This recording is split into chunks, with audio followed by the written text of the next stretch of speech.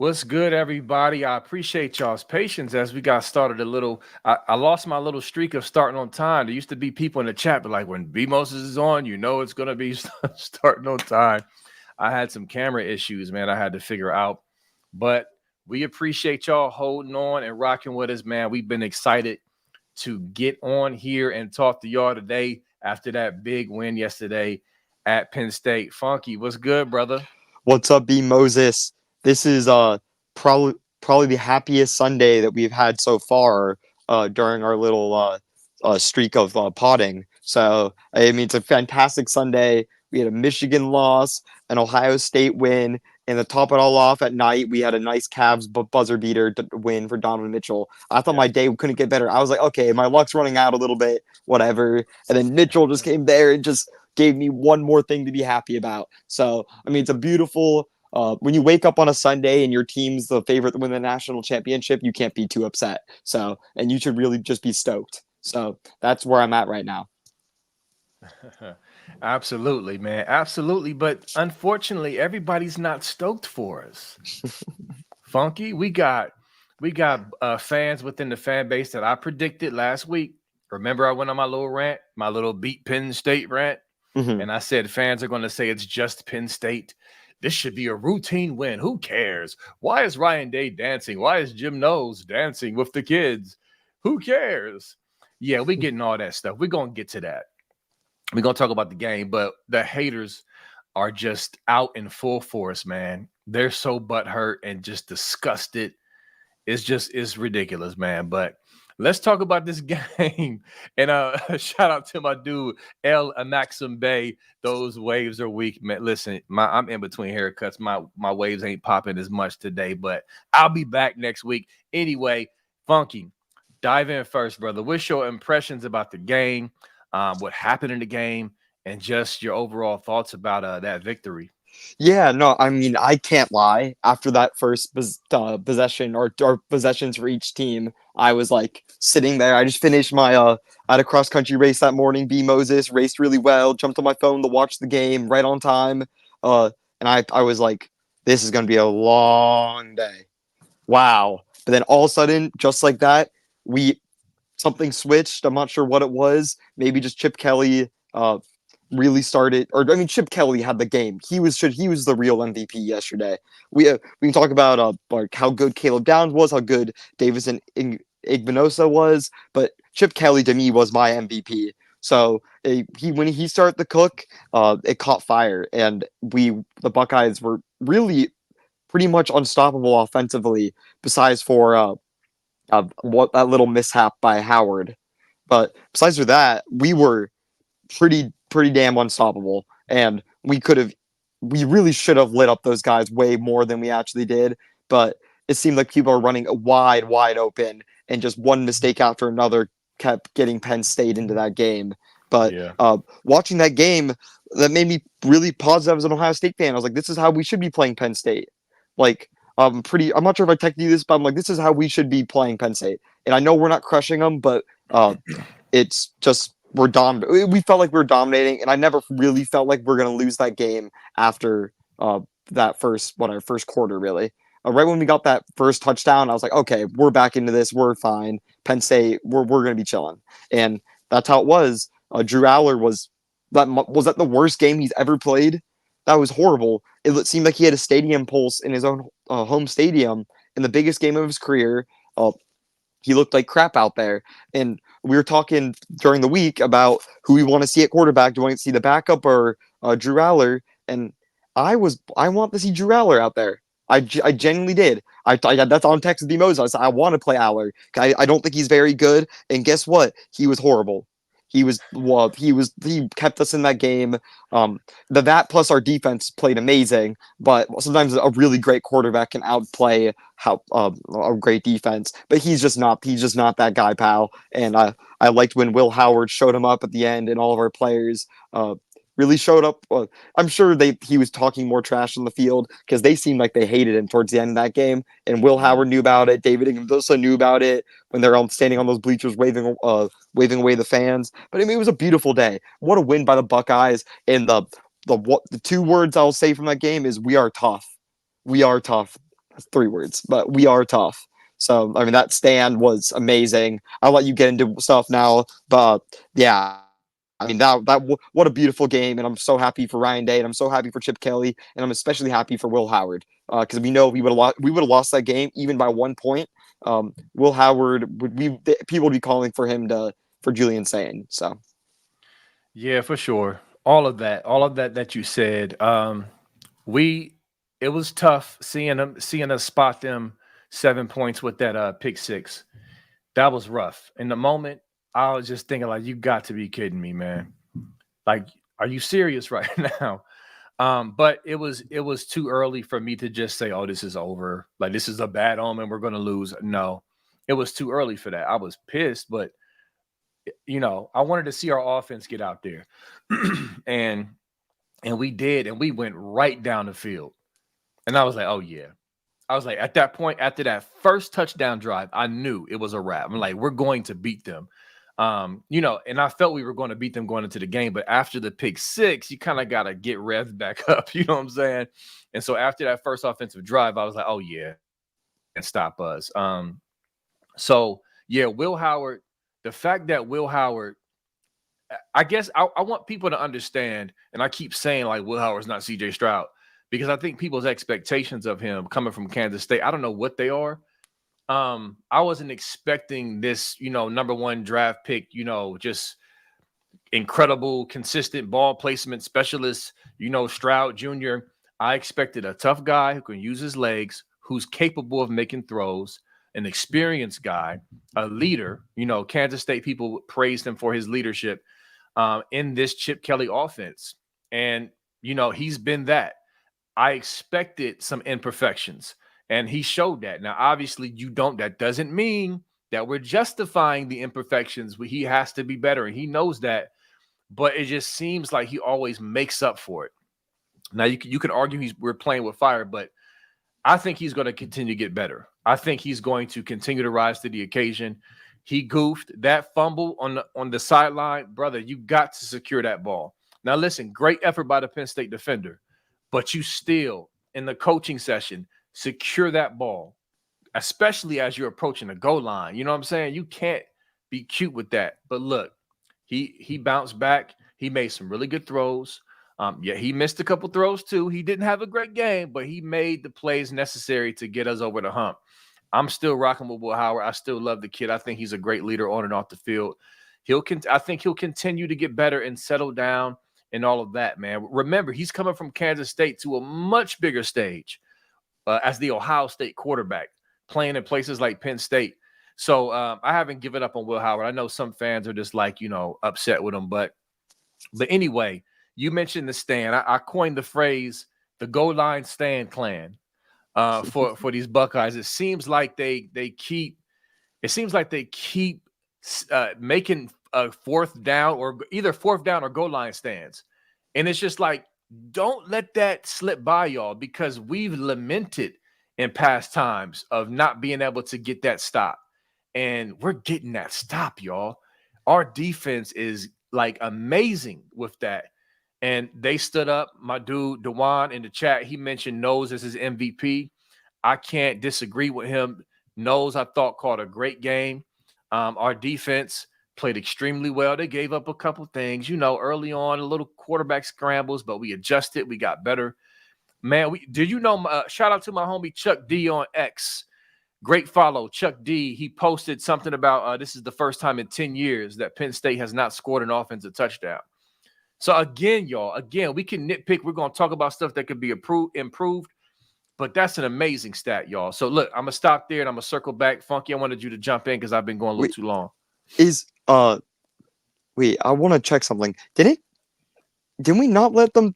Did they score a touchdown last year? Yeah, I think they scored 1 touchdown last year. Once. Was it in the fourth quarter? Wait, hold on. I'm not sure. I want to say third quarter. I'm not sure. You're right. No, you're right. They scored 1 with 29 seconds left. Okay, that's why I don't remember it. I was like, did they score? Yeah, but I mean, what?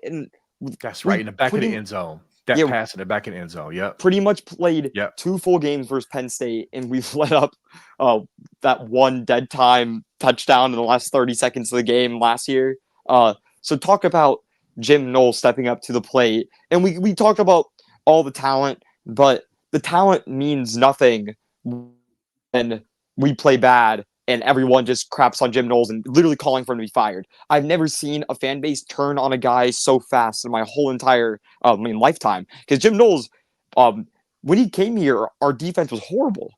Our defense in 2021 was literally one of the worst things I've ever seen in my life. It was painful to watch as a fan. I remember Minnesota, that if that running back doesn't go down with an ACL injury, they beat us that game because he's running for 500 yards. I was there. I can't even imagine. I didn't want to think about that. I remember watching that being, wow, this is going to be a horrible year because they literally would have beat us. But I bring that up because Will Howard's press game conference was the most positive sight I've seen out of the whole entire game. He took full responsibility. He said, this wasn't my best game. I'll even say that probably was his worst game. But at the end of the day, he made the plays to get it done. When it mattered most on those 3rd and 2s, 3rd and 1s, and that final drive, what do? They load up the side, say, hey, Will, run the ball. Run the ball, Will. Ran the ball, first down, and then on the 3rd and 3, on the final play of the game, what do they say? Quarterback option, Will makes the read and gets the first down.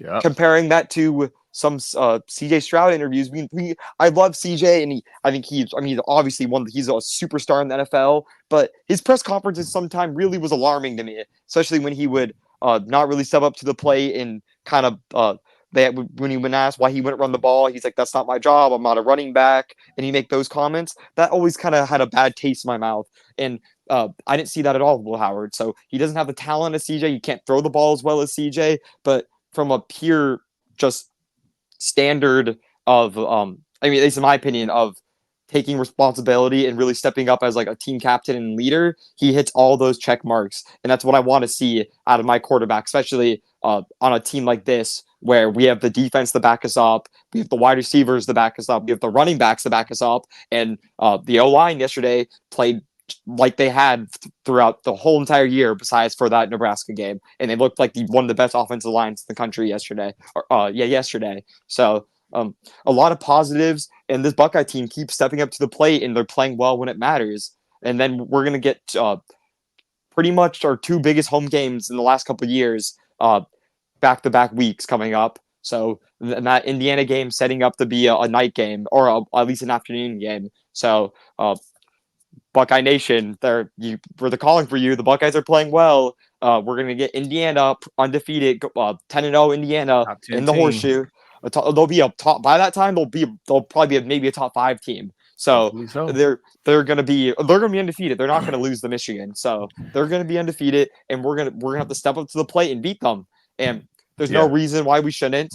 And the crowd needs to be behind us. And I can't wait for that game, and I just hope the environment's electric. I've been watching these other games, and I'm like, why doesn't Ohio State do this? Why don't we have a light show? Why don't we do all this stuff? And but I have a feeling something's going to change when we get a top 10 team at home coming up. So I'm just very excited to be a Buckeyes fan. And again, it's always a good day when we're the favorites to win the national title. I can't stress that enough. Of all this complaining we've been doing this whole entire year, not we, but the fan base in general, at the end of the day, we're in November, and we're the national title favorites. So, yeah, but tell some Buckeye fans that you would think, we're favored to finish 4th in the Big Ten still. It's only Penn State. 9-3 is chalk. 9-3 is chalk, B. Moses. Who cares? It's just Penn State. But it's a few things you mentioned. I'm going to try to quickly get into it.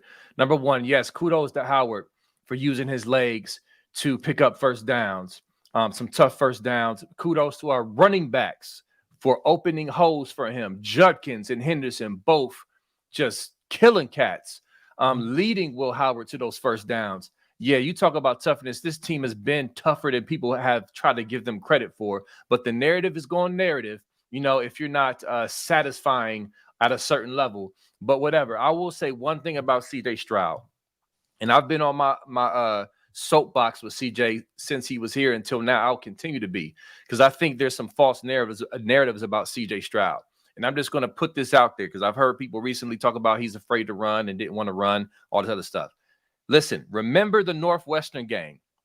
The Hurricane wins at Northwestern. Anybody remember that game? Funky, do you remember that game? Yep, I was horrified watching that game. That was a horrible watch. Yes, yeah. where he had to run. Now listen, remember in the I watch all the post-game press conferences, all of them.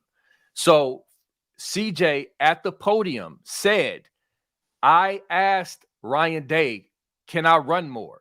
People don't remember this. I brought this out when this happened. He came out and said, I asked Ryan Day, hey, I can run the ball more.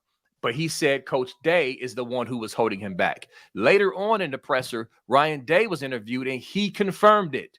So can we please stop this narrative that CJ was afraid to run? You see what he's doing in the NFL right now. He runs, like you said, Funky. Yeah. And this is not really at you. This is just I just think it's a misunderstanding because we didn't see it on the field. But they both came out and said that. So I don't think it was a case of CJ being afraid. I think it was Day being afraid to lose CJ and have to lean on a young Kyle McCord who he knew was mid. So I just wanted to put that out there before I continue. So I'm sorry. Go ahead real quick, and then I'm gonna bounce back. Go ahead. Yeah, no, I mean, that makes sense. But yeah, that's a mix of Ryan Day and Chip Kelly. Obviously, the best thing that happened this year was no player additions, but it was Chip Kelly being our offensive coordinator. So seeing them run, because the run of the quarterback's overpowered. But you're totally right. CJ can run the ball, and his first ever play was a 50-yard touchdown run. So it's good to see him in the NFL. I just wish he would have done it, or we would have been allowed to do it more in college football. Yeah, and he used his legs while he was here to extend drives. That's one people don't give him credit for that. Remember the Notre Dame game at home? He used his legs to buy time and throw dots down the field. Yeah. So again, listen, CJ, that's my dude, but facts is facts. But anyway, look, Funky, let's pivot and talk about this O-line. We have to give this O-line some time, bro. Like, you talk about back against the wall, everybody doubting you, coming off of an abysmal performance against Nebraska. Like, the doubt was real. The doubt was warranted. I was concerned. I felt confident that we had a chance to right the wrong because I knew these coaches understood. You know how Coach Day after the game came out and said this was a crossroads game? He came out and said, he articulated what we already felt and thought, right? He admitted that. So in my mind, kind of like to balance out the fear and concern of the O-line issues, I'm thinking these coaches know, these players know this game is important. This is Penn State. They're not going to play around. They're going to have a good game plan. They're going to come up with the best O-line, and they're going to rep it all week, and they're going to have a plan, and they're going to do it. That was my mind, like logically, like, man, there's no way they're going to come out there and do the same thing. So I had some confidence from that standpoint, but it was still like you want to see it. You know what I'm saying? Like you're moving Donnie Jackson out to left tackle, all that. Anyway, them boys showed out. It's funny, Carson Hinsman, his ears must have been itching because it seemed like all of Buckeye Nation was like, where's Carson Hinsman? Where's Carson Hinsman? Like, what's going on? I want to know what's up. Well, we know where Carson Hinsman is now. He balled out. He played well. That whole line played well. Donnie Jackson's performance was admirable. He went up against a first-round defensive end in Abdul Carter and held up very well. I was upset that Chip didn't have somebody chip at certain points when he gave up them 2 sacks. That's tough sledding for anyone to go up against Carter on the edge in a wide 9 attack like he was. So that O-line was opening up holes, and nothing better than that last drive. That last 2-minute drive, whoo, I'm telling you, bro, like, are you not entertained, Buckeye Nation? Like, all the concerns and hand-wringing and saltiness and like, man, what are y'all doing? The way they perform, I'm so happy. Outside of the defense, that O-line. I mean, you know what I'm saying? Like, how could you not heap praise on them? Go ahead, Funk. Not to correct you, but I think it was a 5-minute drive, B Moses. Yeah, no, you're right. It was like 5 minute and some change. Yes, you're right. I'm thinking 2-minute drill. I'm thinking 2-minute drill. But yes, absolutely. You're right. I mean, what a dominant. I mean, you're totally right on that. The offensive line. Oh, I remember saying last week when people are trying to ask or us for the answer, what Ohio State needs to do to fix the offensive line, and I was kind of sitting here like, hey, I'm not the coach. I don't know. I don't play football, but what I do know is that Chip Kelly has done more with a lot less, and I'm gonna trust my coaching staff on this one because this is what they get paid to do, and I fully trust them. And I mean, I said that literally in the last podcast, and that's exactly what really happened. Because I really don't think it was a totally these players just all of a sudden. I think they played a great game, but I think they can only play as good of a game as what is called for them. And I Yeah. think if Chip Kelly would have really played, if they could have played the same exact way, but if Chip Kelly makes a few horrible calls, which very well could happen, then it's a different notion on the offensive line. And I think the talent's always been there. I just think we just gotta call the right game. And I think Chip Kelly did an amazing job calling the right game. And it felt like everything was super easy. Uh, People were running wide open. We're running hard. Quinshawn was popping fools. Trayvon was blocking fools. Like on that touchdown or on that should have been touchdown run by Will Howard. He blew him up. Like Lord, that got me fired up. I saw that. I was like, oh, let's go. And then I was like, no, no. But like Yeah. it was that fired me up, and I was just that was some tough football there. And the Buckeyes really shut up a lot of haters this weekend. And the defensive side, Caleb Downs, wow, he it Beast. seemed like he was everywhere. I'm not saying he saved us, but it seemed like he was making so many big plays, and I just don't know who else in America can make those plays that Caleb Downs did for us. And he was locking down that tight end. That tight end who he had he literally had like 20 catches versus USC. He had barely any yesterday. I think he had, I think he had a couple, and then he had that one big run. But that one catch he had was on Lathan Ransom, wasn't on Downs.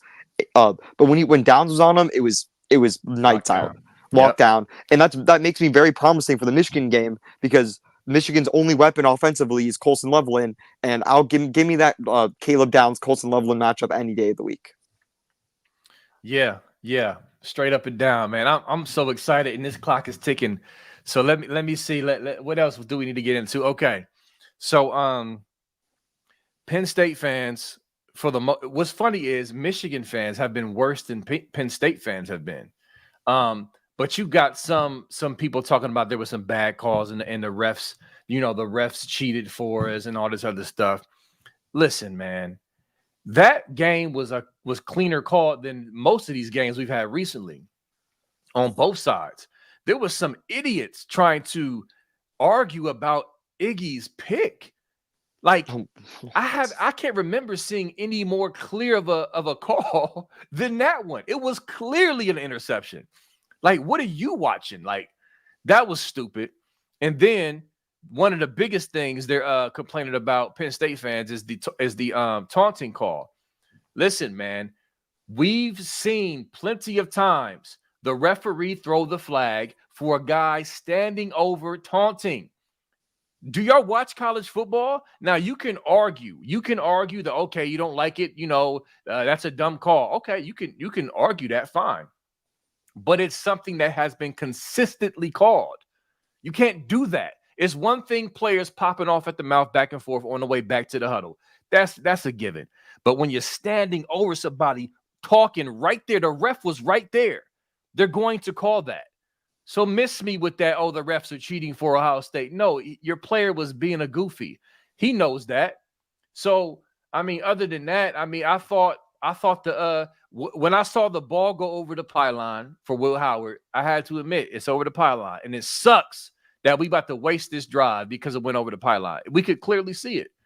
And they got the call right, unfortunately, for us. Yeah, I thought Go the refs ahead. called a really good game. I mean, out of all the games we played in this year, we've literally, like, that Oregon game, was it fairly refed? Probably, but we definitely got the worst end of the stick during that game. I don't care what anyone says, we for sure got the worst end of the stick during that Oh, game. yeah. I can still admit it was like a fair game, and I think the rules are the rules, and I think I can accept the loss on that one for sure. But I think that I've definitely watched games where we've gotten more calls than that, especially on that OPI and whatever that 12-man rule was at the end.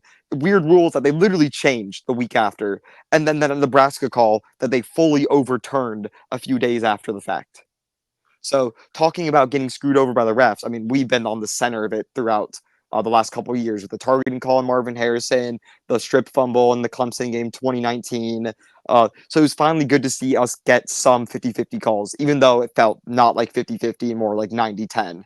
But I think they called a great game, and that taunting call, he literally teabagged the guy, bro. You can't. This is not Halo. You can't be doing that, B Moses. You know that. Like that is Right. that is You just can't be doing that. That's an idiot. They had all the momentum at that point, and he makes that dumb play and gets Ohio State in the game and really on fire. So it's just, uh, it's Penn State being Penn State. Penn State's gonna Penn State. We all know this. I remember that game in. I'm forgetting the game. It's the one where we got the big. What's this? Okay, Benjamin Victor. That's his Oh name, yeah. right? Yep. Benjamin Victor, the Benjamin Victor game. We got that, whatever, that 40-yard touchdown Yeah. catch and run in like with 5 minutes left. That kind of made the game winnable. Then we end up winning. I don't even know. It seems impossible. Then that 20 where that the 5 touchdown pass JT Barrett game at the Horseshoe. It just seems like they just do this stuff constantly, and it's no one else's fault besides for Penn State's. You can't just blame other people for these mistakes. It's your fault. Like, this is poor coaching. James Franklin needs to go. I think at this point he hit his ceiling, and someone else needs to replace him because what he's doing is keep him. Well, Go ahead. no, I hope he stays there forever because we have his number. But there obviously something's wrong with their.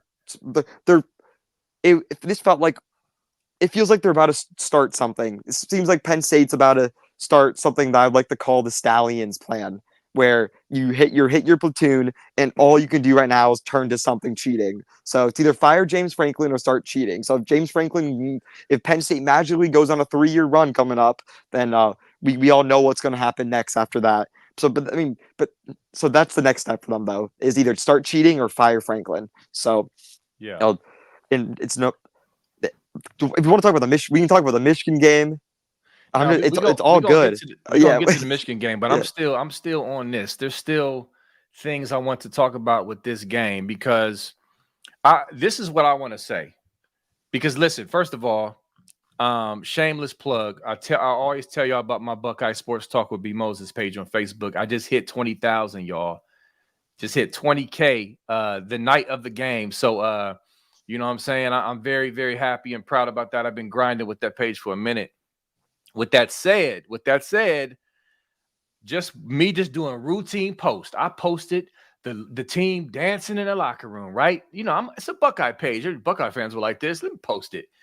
It's almost 4,000 reactions and like 300 comments, and half of them are just bitter, butthurt haters. I posted a video of Ryan Day and Chip Kelly, you know, celebrating after the game. Same thing. I mean, the good thing is that it's a lot of reactions, so that's great. Algorithm loves that. I love the interactions, but there's so many idiots on there, and a lot of them. And listen, I know they're just hating, but they're saying, "Oh, this is just a routine win. You should beat Pitt." Just because we beat Penn State every year doesn't mean that it's easy to beat Penn State every year. Yes, Jim Franklin is a boob. Yes, he's a nincompoop. Shout out to my homie Dewan, for using that word. Wonderful word for James Franklin. But they fight us tooth and nail. We are their Super Bowl. We are their Big Ten rival. We don't feel the same way, but we're their rival. So it's always, even though we emerge victorious, we always have to dogfight them. It's not easy going into their place when they break the attendance record and beat them. It's always something goofy. Like, it's always something. It's like, man, we're like this close to blowing it open, and then something goofy happens. So I'm saying this whole routine thing, you should beat them. It don't matter. No. Top 5 team at their place, loaded up for bear. Oh, listen, their fans were confident. They thought they were going to win this game. They thought they were finally going to get over the hump. So miss me with this, we're not gonna. You can't celebrate. You can't dance and take over your trap in the locker room because it's just Penn State. Get out of here, man. Go on somewhere with that. Y'all stupid. But listen, it don't matter what you say anyway, because guess what? College playoff rankings come out this Tuesday, and all that matters is what they say, not you bums and you trolls on social media. Go ahead, Funk. Yeah, it's funny because Penn State, what they blew. I think it's 3 or 4 10-point or 2 possession leads over Ohio State in these last couple games in the James Franklin era. So, I mean, they really could have a few wins right now, but it just seems like Ohio State just gets the job done. And it's funny how the notion changes, because if 1 or 2 of these plays change, let's say we don't get the miracle comeback in that game, or really the Benjamin Victor game and the JT Barrett game, if we don't get those miracle comebacks, then the notion of the rivalry is completely different. And it's just based off a few certain plays. If Penn State gets it in for a touchdown yesterday, if they don't throw the pick and they kick a field goal, then score a touchdown on the last drive and win that game, it's a completely different game that we're looking at. But it's just funny how people's notions about teams can change over just very few plays.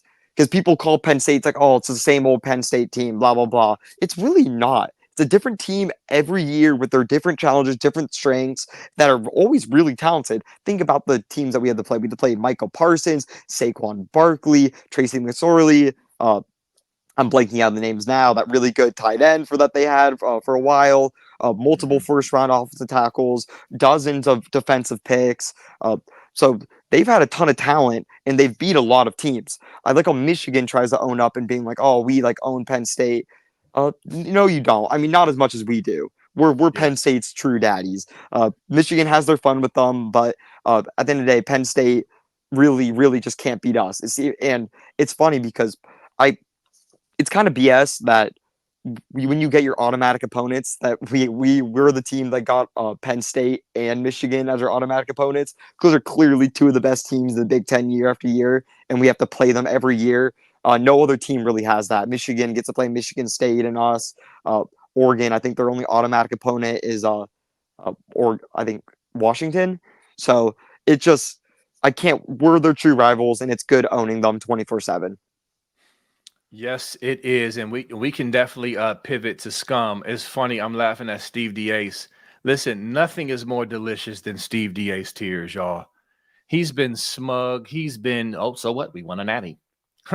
Oh, we're bad this year. So what? We won a natty. Like, I can't wait till that hammer drop. Matter of fact, don't forget, I believe it's November 25th. I think that's the last day for the 90 days to respond to the NOA for the NCAA. It's still coming, scum fans. The North remembers. Anyway, so listen, get into scum because, like I said, even more than Penn State fans, it's been scum fans in the comment. It's so funny. They're ball holding Indiana Hoosiers.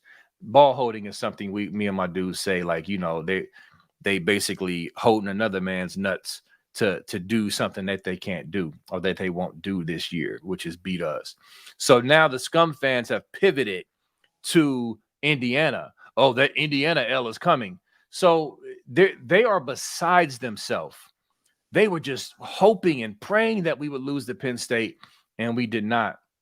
Because remember, they're miserable right now. They're heading towards 6-6. They slipped away from Sparty. They got hammered by Oregon at their crib, and they're going to lose to Indiana. And they should beat Northwestern. They're going to be 6-6. They know they're going to lose to us. So they're clinging to Indiana. So real quick about Indiana, and I'm not going to go away from Michigan completely, but Indiana they're a good football team. I'm very impressed with Indiana. They're well coached. They have some players who are more talented than you think. I think they're legit. However, they have not seen a team like us yet this year. That is a fact. Go look at their schedule. Again, I respect Indiana. That's a good team. Watching them, they look good. And I don't think it's a fluke as far as what they're doing to their opponents. However, they have not seen our level of talent, and they got to come to the shoe. And it's going to be a top 10 matchup. Oh, yeah.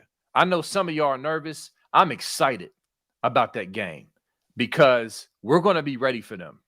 And again, they haven't seen our speed. They haven't seen – listen, I just say I'm excited about that Indiana game. But back to scum and funk, you can kind of you can jump back in. With scum losing to Oregon. They're just a miserable bunch, man, on social media right now. Listen, as a side note, me personally, I don't know about y'all. I'm not going to condemn none of y'all. I don't go to Michigan boards and go back and forth with them and troll. I don't know. I personally don't do that. So I just be thinking to myself, like, you up here talking about how much you don't care about Ohio State, and the Suckeyes, but you writing paragraphs on my post to express your, displeasure with Ohio State. Like, y'all so lame, man. Go ahead, Funk. Yeah, I mean, I'll jump back in. one of my least favorite memories of all time as a Buckeyes fan is guess what? The year after we won a Natty and we lost to Michigan State. That is one of the worst feelings I've ever had as a Buckeye fan in my whole life. And at that time, I cared we won a Natty. Obviously, that was one of the was there happily. But I mean that kind of went out the window right when we lost to Michigan State. It kind of felt like the world was burning right then and there. So maybe are we spoiled? I mean, we know we're spoiled as fans, but if Ohio State wins the Natty this year, by the time if I can't even imagine if Ohio State did exactly what Michigan did.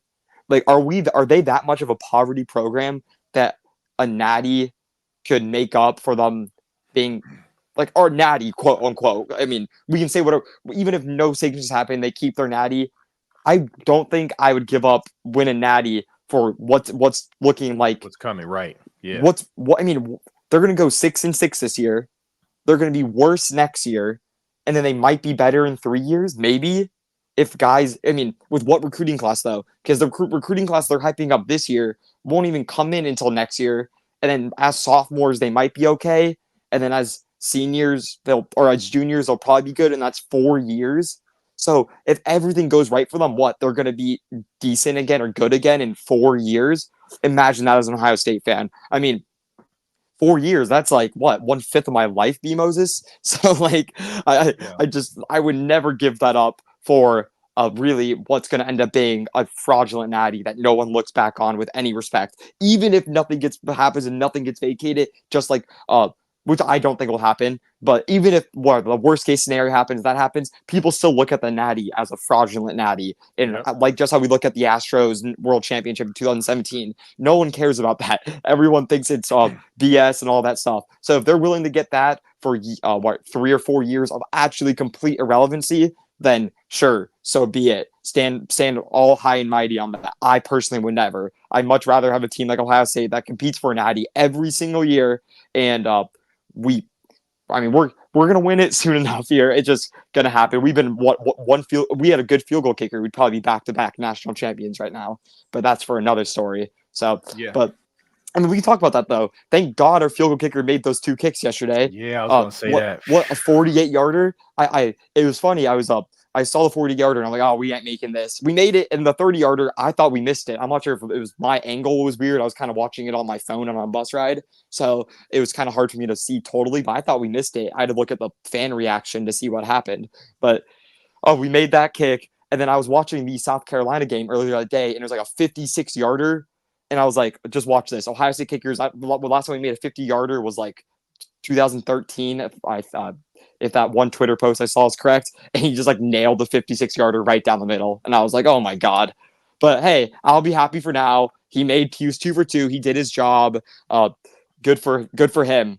But that was way scarier than it had to be. Yeah, for sure. But he encouraged me a little bit. The one he made was like barely snuck into the left. But he's so scrawny out there. I know kickers aren't like the biggest, football players, but he's like a little. I mean, somebody pulled him out of like Walmart or something and said, "Hey, come kick." But no, shout out to Fielding for hitting them kicks. Real quick, going back to Indiana. Look, y'all, this is their schedule: Florida International, Western Illinois, UCLA, Charlotte, Maryland, Northwestern, Nebraska, Washington, and Michigan State. Those are the teams they've beaten. Now, to their credit, they've beaten them. Now they did have to come back and beat, they went down early on Sparty, and, everything hasn't been perfect, but this is not me knocking Indiana. It's just bringing a little perspective, because there is some, to me, in my opinion, some irrational fear of Indiana. This Ohio State is going to respect them. They deserve to be in the top 10 because of what they've done. But look at who they've played. They have not seen even the caliber of defense that we've seen. Just look at the defenses on here. Nebraska's probably the best D, and they just fell apart in that game. But they haven't played in Iowa. You know what I'm saying? Like Illinois, they haven't really played a tough team. So when they come to Columbus, they got to play Michigan. I believe they're going to beat them. That'll be definitely tougher than what they've had defensively. But I'm just saying, for some perspective, respect to the Hoosiers, but you got to come to the shoe. And this team, I think, after this win against Penn State, to me, listen, I still see some connections between this year and 2014. If this is a title run, to me, this is equivalent or the same feeling as going up to Michigan State in 2014 and beating them. Remember, in 2013, we lost to them in the Big Ten title game.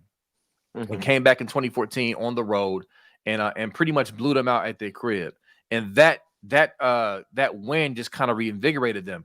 Listen, y'all, just real quick with this whole season and the expectations. Ryan Day said in the press conference on Saturday, if you expect to go through a season without any adversity, then you're not being realistic. I'm paraphrasing, but he's right. Again, go back to 2014. A great all-time team got absolutely hammered, embarrassed by a bad Virginia Tech team. That Virginia Tech team went and lost to freaking who was it the next week? I can't remember who it was, but they were bad. They lost. You said what? I said I'll look it up. I was too young to remember that. Really. Yeah. Virginia Tech, they lost to. It's right on the tip of my tongue, but I forget who they lost to. Anyway, the point is they lost to a bad Virginia Tech team. Now, we struggled against Nebraska. I guess that's the closest thing to losing to Virginia Tech. If you're East Carolina, the Pirates. That's right. They lost to them. Okay. So my point is the 2014 team went through adversity. It was not perfect. Also, another comparable thing, the O-line, the makeshift O-line. Daryl Baldwin, a former defensive end, a kid who was starting the year as a defensive end, moved over to tackle in 2014, and we want to ship with him. To me, that's another reasonable comparison, what we see going on with the O-line. My point is that, yes, we have to go out and win games. We have to go out and do the job. But I'm saying this notion that, $20 million roster and all these guys, it doesn't matter.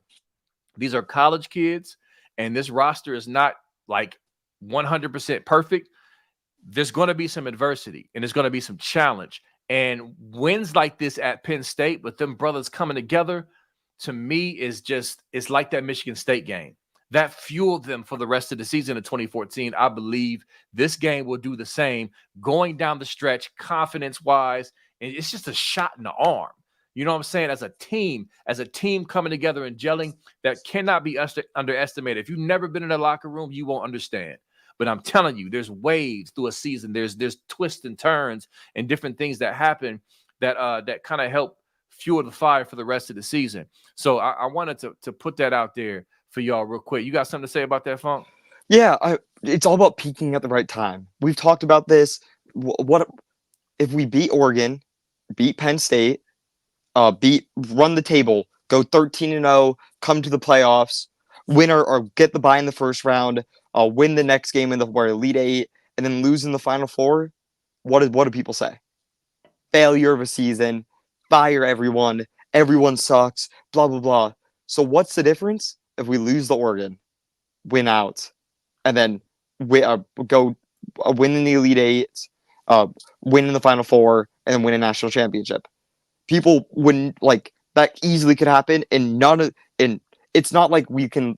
What I'm trying to say, sorry, I'm stumbling over my words a little bit, but people are so reactive over a loss early in the year when they fail to realize that a loss early in the year could very well be helpful later in the year, and especially in a playoff format where you can lose 1, 2, maybe even 3 times and still make the playoffs. And people fail to realize that, hey, you lose by 1 point to Oregon. Oregon right now, they've been praised. All they've been doing is getting praised this last couple of weeks. And they're playing pretty damn good football. But let's not forget why Oregon's now playing damn good football. They almost lost to Idaho. Right. And they should have lost to Boise State. Right. So it wasn't all pretty drums for them. It was, hey, they got slapped in the face once or twice, and then they start playing their best football. Ohio State was playing great football, and then kind of got slapped in the face versus Oregon a little bit. Even though I wouldn't even say it. I think we played great versus Oregon, really. Or not great. We played good. Some turnovers, whatever. We should have beat Oregon. That's what the thing. We played good enough to win at Oregon. And then we came back off the bye week and played our worst game of football versus Nebraska, and then bounced that back by arguably our best game of football. It was Will Howard's probably worst game, but overall as a team, I think that was our best game of football. So it just ups and roads, and we got to peak at the right time. So what I'm looking forward to is see how we play against Indiana, because I think we should kick the crap out of Indiana. I don't care about anything. I don't really care about all their transfers they got and their coach and blah blah blah. They're not that. I really like. This seems like the same old Indiana team back in like 2020. Like we're gonna go and they're coming to our crib. They're not beating us. There's no chance. Their offense line's not as big. Their defensive line's not as big. Their quarterback's not as talented. Their wide receivers aren't as talented. Their coach is fine. I know people all want his coach, even though he's like 65 years old, ancient. But I just don't see us losing to Indiana this year. So, but we'll see if I think we should just look sharp first thumb. I think we know the Michigan game's the next week. So it's just a good time to start peaking. Yeah, for sure. For sure. And Indiana, like I said, I think they're a good team, but they just haven't seen let's just be honest. Look at their schedule. I just read the schedule. Like they haven't played a really top caliber team yet to really kind of test the metal. Like, okay, how good are they? And then also don't forget the fact that it's Indiana. So anything better than what they typically are, which is garbage, is going to be exalted. You see what I'm saying? It's like the temptation is to put extras on a team when you're used to them being trash. Again, I respect Indiana. I like their team. I actually think they're a good team. So this is not me trying to dog them. I'm just saying let's bring some balance to this because we got people out there making it seem like we about to hold this L to Indiana and watch out. Nah, we're going to be ready. These boys are going to be fired up at home to play in another top 10 matchup. Speaking of that, isn't it funny that at the beginning of the season, haters talked about our schedule?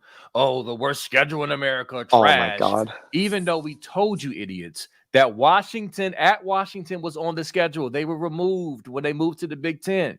Okay. That's why we didn't have a big non-conference game. All right. Y'all didn't want to hear that. Moving past that, we're going to have 3 top 10 matchups on our schedule. 2 of them away, top 5 games away. Joe Klatt was saying that that's unheard of. He said they were looking at, he couldn't even figure out the last time that's happened for a team. Now you look up, we got one of the toughest, if not the toughest schedules in the entire country coming down the pike. We split 2 top 5 matchups on the road and lost the other one by 1 point to the number 1 team. And we got another top 10 matchup coming up. You know what I'm saying? It's like perspective. Like y'all stupid. This team will be battle tested by the end of the season. We're not losing. We're going to win out, and we're going to Indianapolis. I'm just telling y'all that right now. It's happening. This team is going to be ready and prepared to play every team down the stretch. I'm telling you, this Penn State win, I think, was something they needed to really just kind of turn the corner with the intensity and consistency. And I think we're going to see that, man. And I'm super excited. And also, I'm just happy. Remember last week I said Buckeye fans we're on edge. I kept saying, I feel like, remember Funky? I was saying, I feel like Buckeye Nation is on edge and we needed this win. Yeah. I'm just, bro, this weekend has just been incredible. I've been enjoying the glee. I just thoroughly enjoyed watching Jim Knowles and his 60-year-old self doing whatever goofy dance he was doing in the locker room. And these players just with a smile on their face, enjoying themselves. I love it. And I also love, I'm annoyed by them, but I also love that the haters are hating and they're butthurt and they're just seething with anger. And it's just beautiful. Beautiful. Go ahead, bro. Well, it's just, someone said in the chat, Indiana's 10.5-point favorites. I can't confirm that or deny that, but that seems super low to me. That seems horribly low to me. I don't see how that's even logical. Like how, I mean, we're 10-point favorites over Indiana is what you're 10.5, I think was what they said. Okay. But I can't confirm that, but that seems really low. I'll say that. That seems really, really, really low. I don't see Indiana being within 10 points of us. I think we win by like 20 plus. Maybe I'm really sleeping on Indiana, but I don't understand. I don't see it. I think I'm not even sure what I think, but I just don't. They don't have the talent with us, B. Moses. They don't have the talent. They don't have the playmakers. It's at home. We're not going to look. The one thing I'm scared of is we're going to look past the game and look forward to Michigan because that Yeah, game man. is.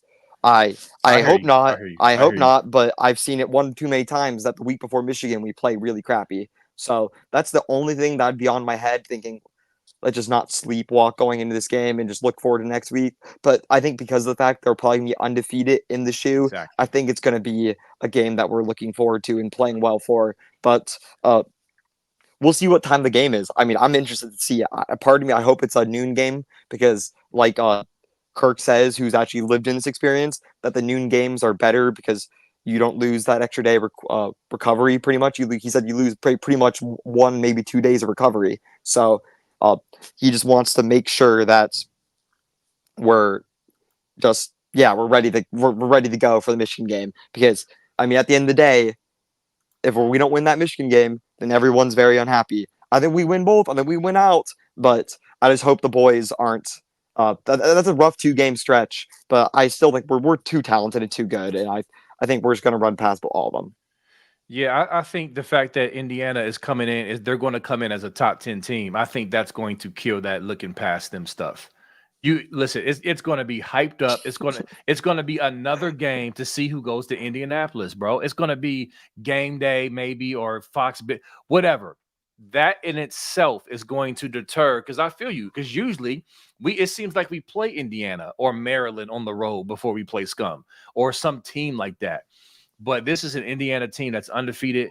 That'll be top 10. So that's why I feel like it won't be just another overlooking past them.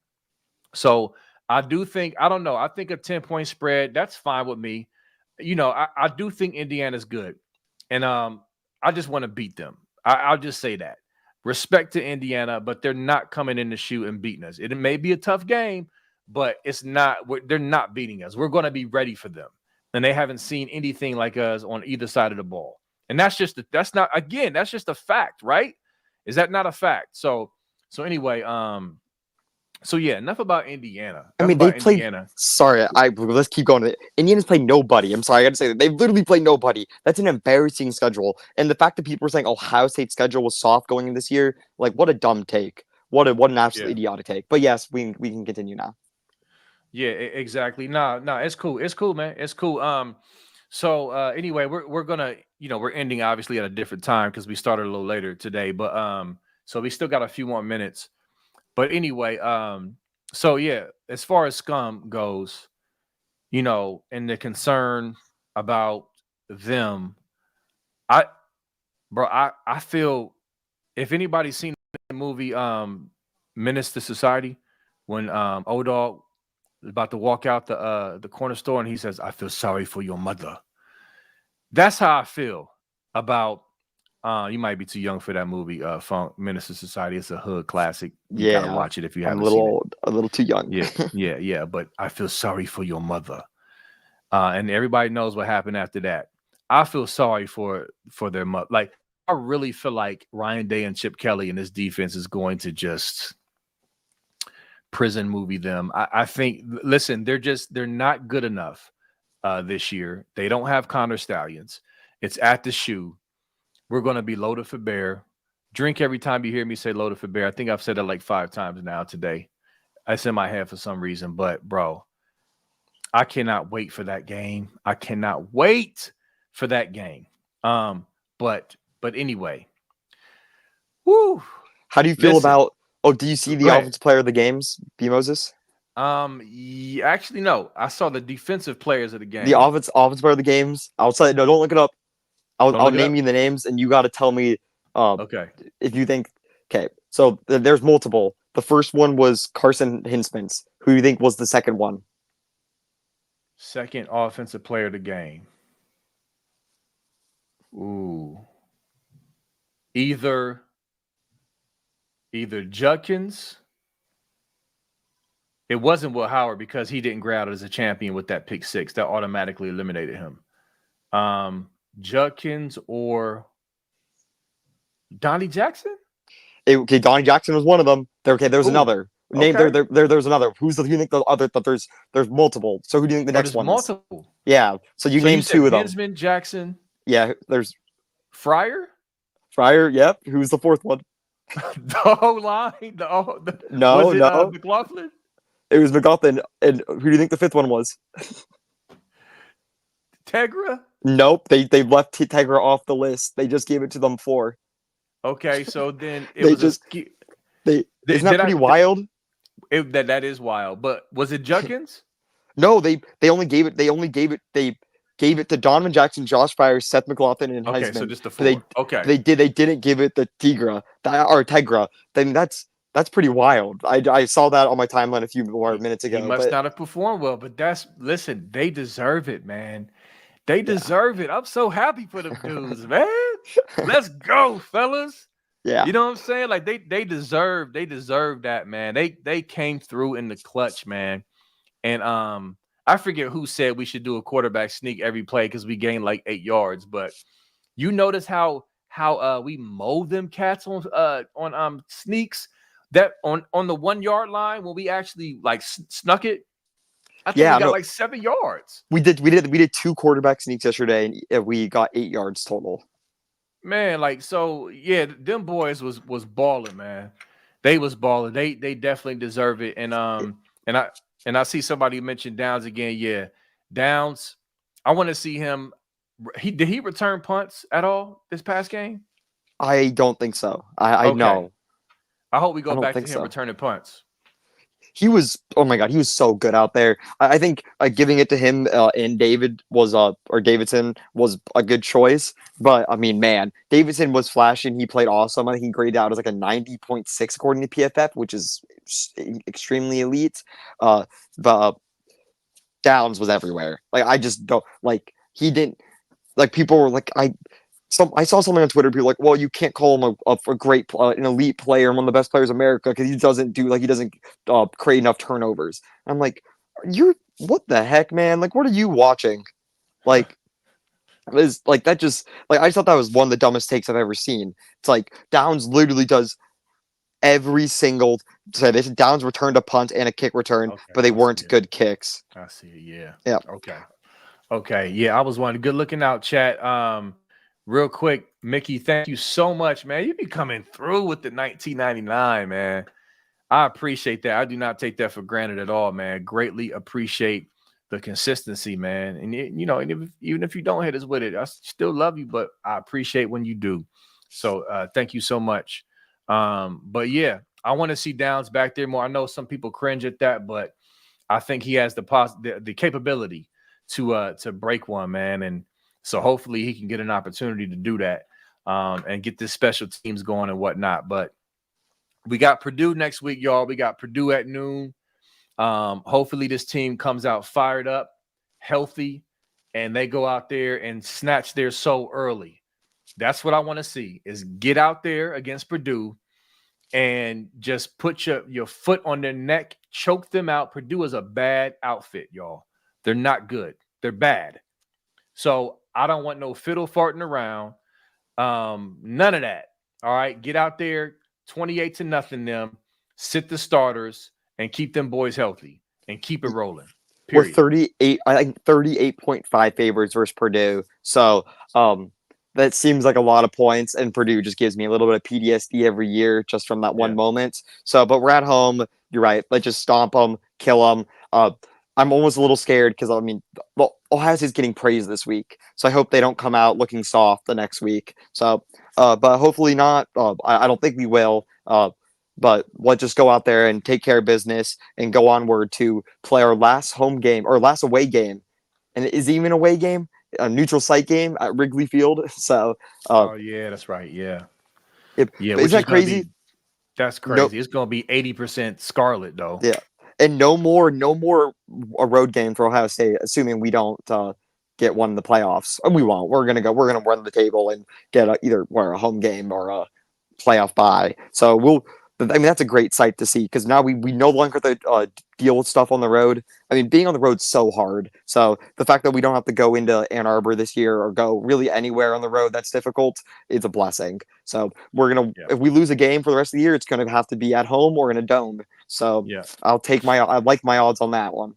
Absolutely. And listen, this is the last thing I'm going to say unless you got more. I've said this in another pod, but I'm going to tell y'all again. Look, I've been doing music for over 20 years. Okay. Just so y'all know, Mhm. I'm an artist. People who know me personally, I've been rapping for over 20 years. All right. So I just recorded the Buckeye anthem. Funk, I know you heard the first verse. I'll let you Oh hear the yeah. snippet. I finished the song this past Friday in the studio, man. And I'm excited. I think this joint is fire.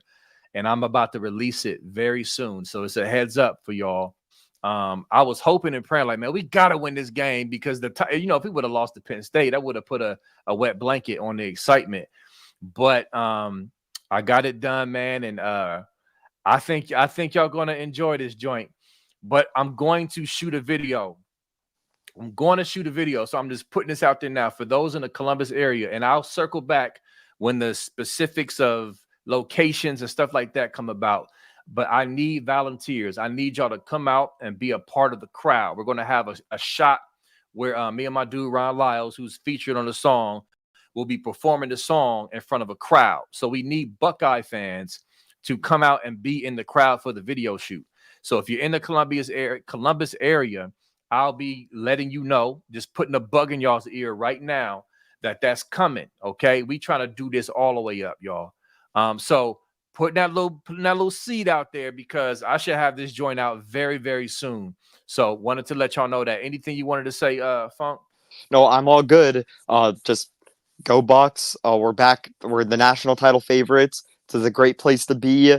Let's just take care of business this week and let's just run the table. And that's all we got to do. Good vibes only in Columbus right now. So let's keep the ball rolling. Yes, very happy. Buckeye Nation, enjoy yourself. Have a great work week and going back into the office at the water cooler, you know what I'm saying, with that little smug little grin for the haters.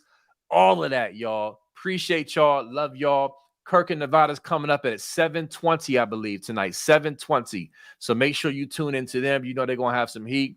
And I will see y'all next Sunday. All right. Peace. Peace. Go Bucks.